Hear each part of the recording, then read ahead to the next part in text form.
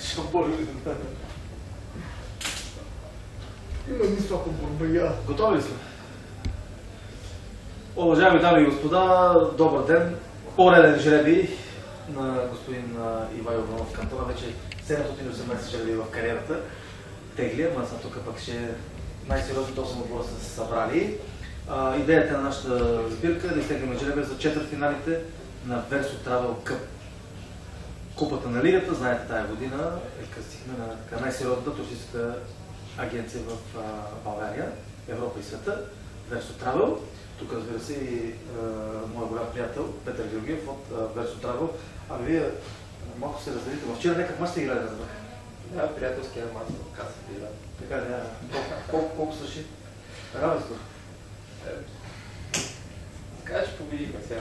Победихте на Каса Бира. Да, беше равен. Защото на футбола първото половина беше равен, след това се разбрахме днеска за жребия. Бригада винаги са били такива, играят все във важните двубои. Другите малко така, нали? Няма смисъл си дадат, защото много на сгъстена програма. Така ли? Така е. Ами видя Чичовци.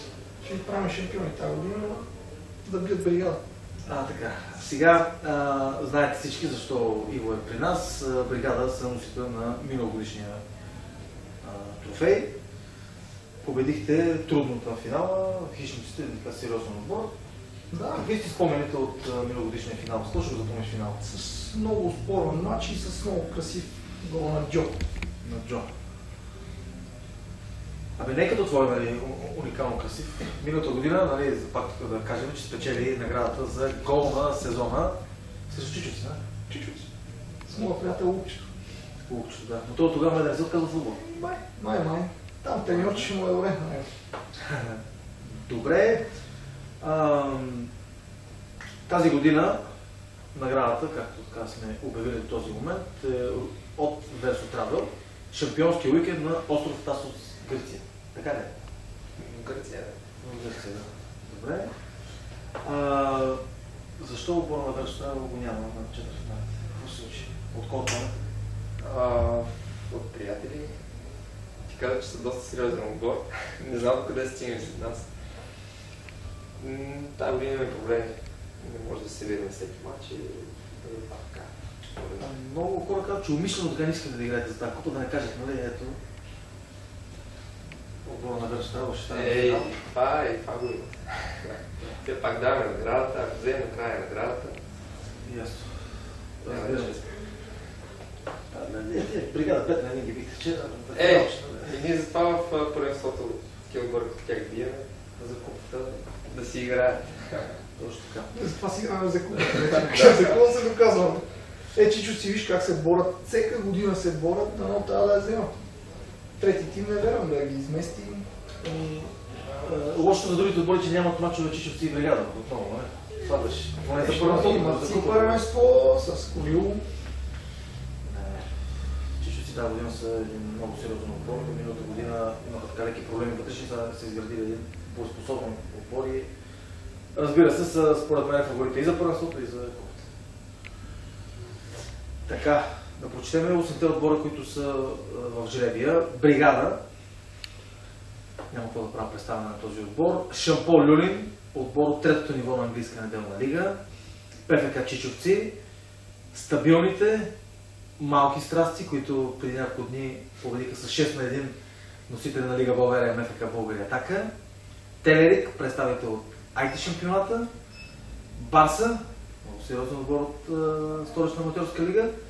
И Цецо Транс, отново отбор от третото ниво. Тази година, за разлика от миналата, има отбори от всички дивизии и от всички нива. Горе-долу. Аз обичам пълния жребий, така ще бъде и след малко. Гледаш другите 7 отбора, ще имате ли проблеми? Отново да защитите титул? То проблеми винаги излизат, независимо с кой играеш. Колкото по-силен е противника, толкова си по-амбициран, толкова си по-надъхан, насъскан. Така че проблеми винаги може да има, но ако играем нашата игра, мисля, че няма кой да ни победи и ще защитим титулата, която е и с приоритет тази година. Отново. Да, защото да започнете сезона, летния, нали, другата година, някъде около май, там, когато ви прецените, да Къде си е много море? Аз искам да кажа, че аз ще бъда там, независимо колко кило съм и какво ще спечеля, за това, че очаквам. Аз съм вече на границата. Изчакаш ли? Аз съм на границата, минавам паспортен контрол. Виждаш отборите, познаваш ги почти всички. Да. Какво е фаворит? For мен бригада са фаворит.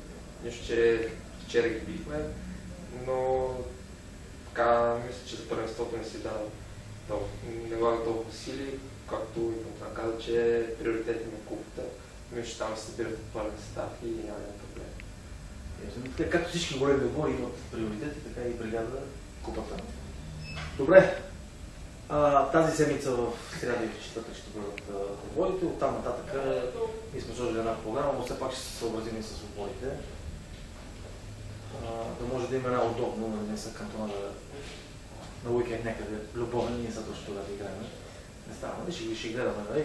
И ръководството на Версотарио са ни позволили да правим тези вратележки, както се казва, за да може отборите да са в пълен състав за финала, но разбира се, ще го изиграем до края на другата седмица, това ни е идеята на по-хубавото време. Миналата година беше доста студено на финал, се спомня? Да. Може да ги измързат.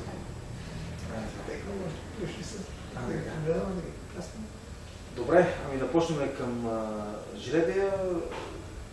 Господин Георгиев, вие да изтеглете първия отбор.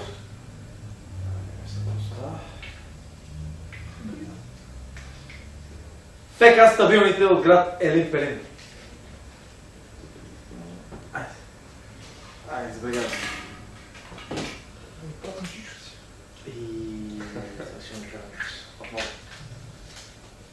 Барса! Стабилните срещу Барса. Да си ги отбележам тук така. Аз съм за Телерик. И... Защото съм много симпатичен отбор, няма скандален нищо. Не се като вече трябва. Малки страсти.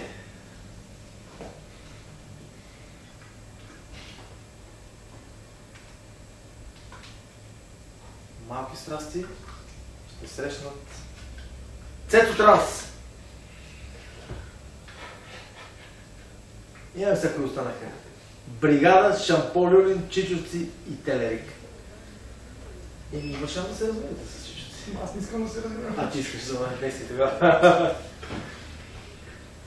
видим сега какво ще се случи. Напрежението нараства.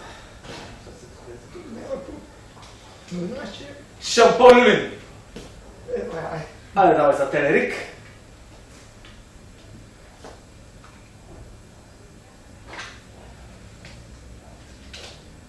ПФК Чичовци.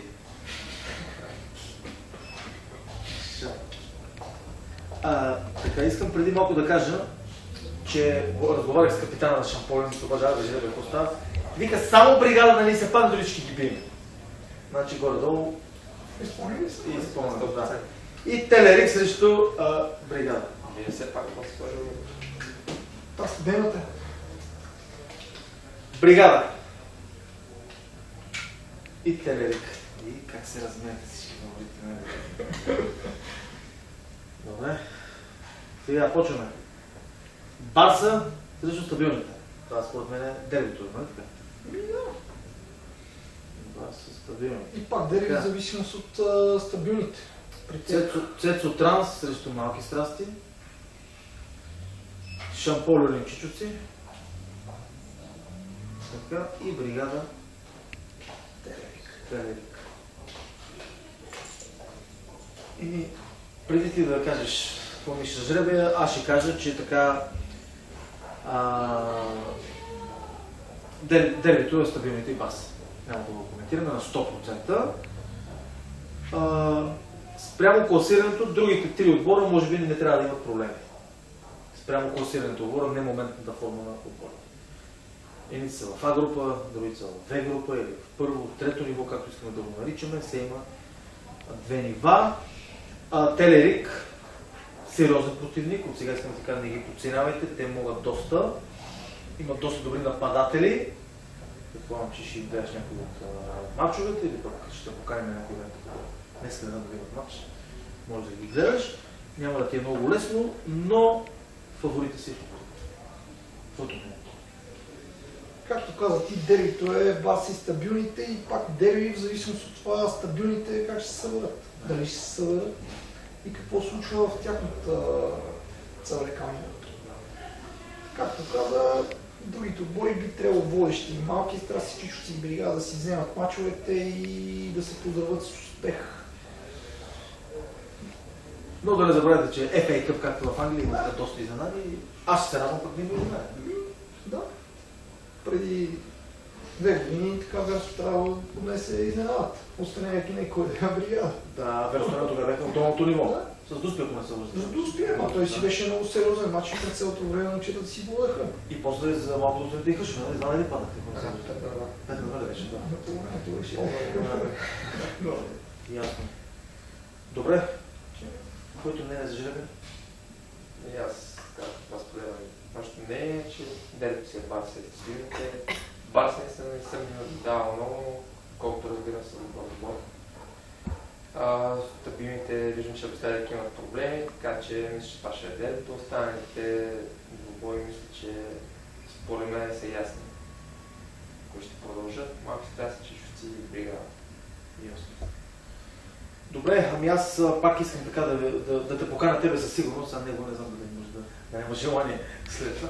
В петък, пак по същото време, да изтеглиме жребия за полуфиналите, които се играят другата седмица, за да може хората да могат да се подготвят психически и физически за предстоящите мега дербите от Verso Travel Cup.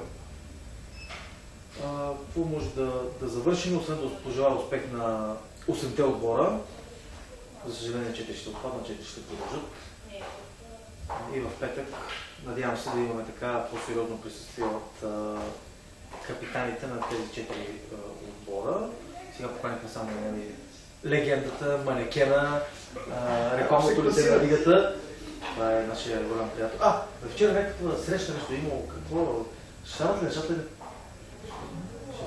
Не отсъждаме среща, да. Бизнес проекти. Бизнес проекти, да.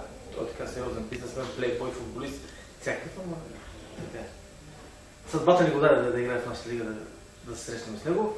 Благодарим на нашите гости, още път успех на 8-те отбора и ферплей, разбира се, както каза Богдан Ванев. Благодарим. Благодаря.